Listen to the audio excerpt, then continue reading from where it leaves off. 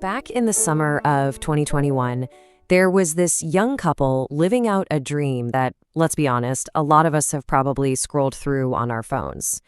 They were doing the whole cross-country van life thing, and their social media, it was perfect. It really was.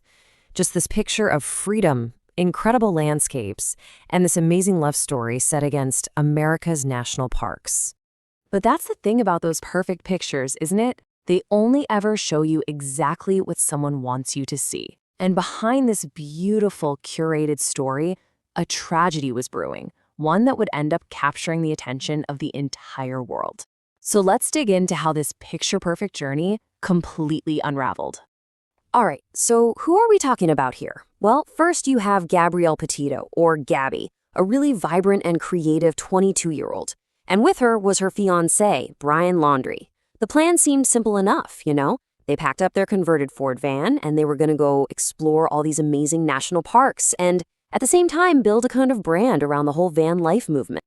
So if you were just scrolling through their feed, the story you saw was all about freedom, exploration, and just pure love. But the unseen reality? What was happening when the camera was off? Well, as we'd all find out, it was a story of domestic disputes, a sudden, terrifying silence, and ultimately, an unbelievable tragedy. Every story like this has a turning point, right? A moment where things start to go wrong. And for this one, the first major crack in that perfect facade appeared in a small town in Utah. It was a moment that, looking back on it now, feels like the clearest and maybe the most chilling warning sign of all. Okay, so on August 12th, police in Moab, Utah get a 911 call about a couple fighting. The body cam footage from that stop is now infamous. It shows this visibly distraught Gabby, while Brian, he seems pretty calm. Now, the way the officers handled it, framing it more as a mental health crisis than a potential domestic violence situation, that decision would later just ignite this huge debate across the country about police training and how to really tell who the primary aggressor is in these situations. In the end, they just separated them for the night. And this is the crucial part. No charges were filed. And that right there raises the question that everyone from investigators to the public would wrestle with for months. Was this just a minor hiccup, a bump in the road for a couple under a lot of stress from traveling? Or was this the blaring red siren, the single clearest warning sign that something was deeply, terribly wrong? So after that police stop in Moab, Gabby kept in touch with her family for a few more days.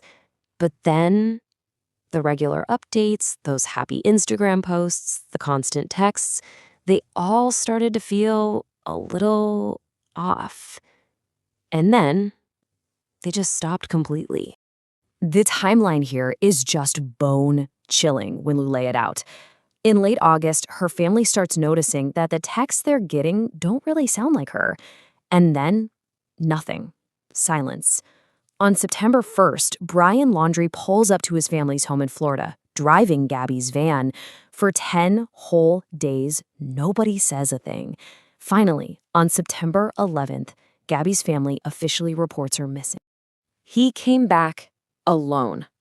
That one single horrifying fact became the absolute center of the entire investigation. The journey started with 2 people, but only one came home.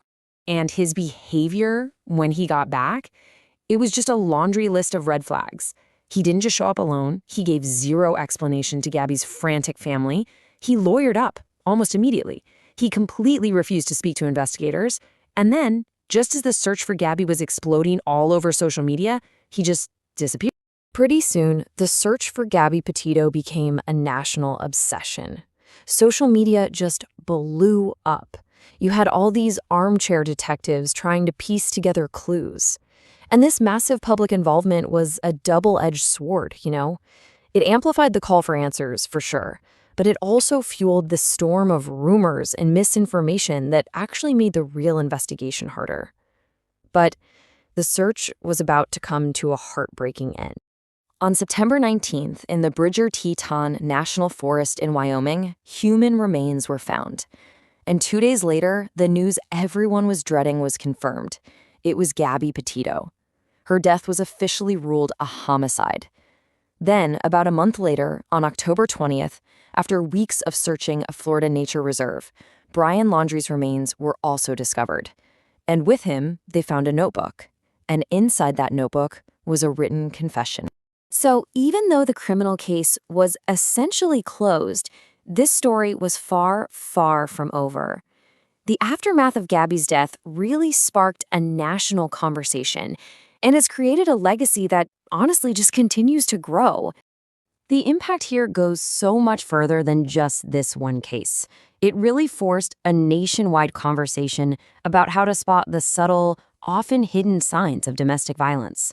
It also became this huge case study on the power and the danger of social media and a modern investigation. But maybe the most important thing, her family created the GabbyPetito Foundation, and they've turned their unimaginable grief into this incredible force for change, helping other victims. Because it's so easy to get lost in the headlines and the true crime details, but it is absolutely vital we remember who was lost. She was a daughter. She was a sister. She was a friend, a young woman who had an entire future ahead of her that she absolutely deserved to live. And that leaves us with one last really essential question. In a world that's just full of these perfectly curated feeds and online lives, how do we get better at seeing beyond the perfect picture? And how do we recognize the truth that might be hiding right there, just out of frame?